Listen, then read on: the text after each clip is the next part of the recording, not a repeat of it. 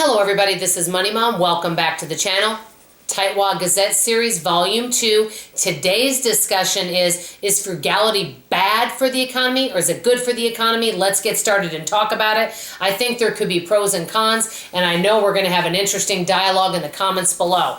And I did a lot of thinking about this. I actually did some research on it, and I came up with a conclusion about what I think, which isn't in any of the articles. Many folks think, and I can see why, that at the beginning, if everyone decided to become frugal, it may not be so good for the economy because, we need people spending money. That's what the argument is. And I can understand why they say that because we've got so many stores out there. When I grew up, you didn't have all the stores and all the choices you do now. And you didn't do as much shopping. You weren't out shopping every weekend. Shopping was only for when you needed things. You didn't go shopping for a hobby or as a hobby like folks do now.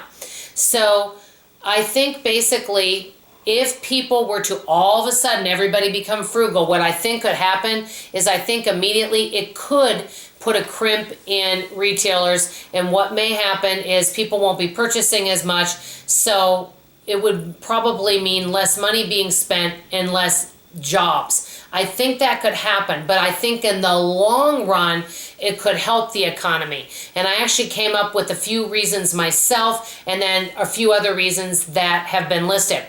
So one of the downsides is less consumption, less jobs. I can understand why they would say that.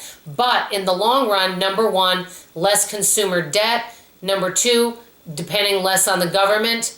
And number three, being prepared for emergencies and loss of jobs, which can really help. And number four, this is the reason that I actually came up with, which I thought is good. Many times when people go shopping, they buy anything because it's $1 or inexpensive, whether it's quality or not. When I grew up, we didn't shop very often, but when we bought something, it was quality. I think I had 3 pairs of shoes, but they were all quality and they were made to last, and we took good care of everything we had. Many times people have, 50 shirts in their closet, but they're only wearing 10 of them.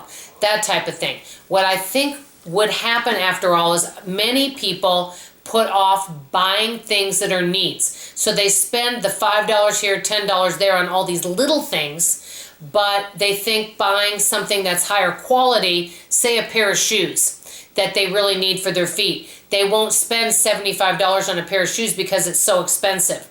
But they'll go to another place and go to the thrift store and buy something that doesn't fit them that well, and just to hold off until they can maybe buy that $75 pair of shoes. What I think would happen is in the long run, if people were more frugal, it would allow them to save for higher quality items, which would also be good for the economy. And not only that, be able to provide for some of their needs. I know I've mentioned this on other videos. I know many people that put off all sorts of home repairs, car repairs, dental work, vision work, all different kinds of things that they would consider, or I would consider, a need. They put those things off because they don't have the money for it.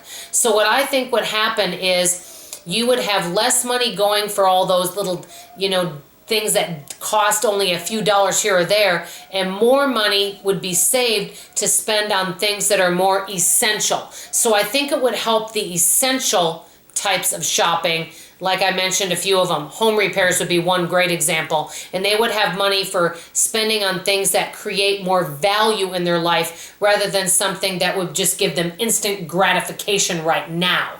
So that's kind of my thoughts on it. Do you think if everyone became frugal at once and started saving a lot of their money rather than spending it, what do you think that would do to the economy? I want to hear from you. Before signing off, I'm doing a major shout out to a channel that, I'll be honest with you, it shocks me that they don't have 100,000 subscribers. I've been binge watching them. Their channel's called Under the Median.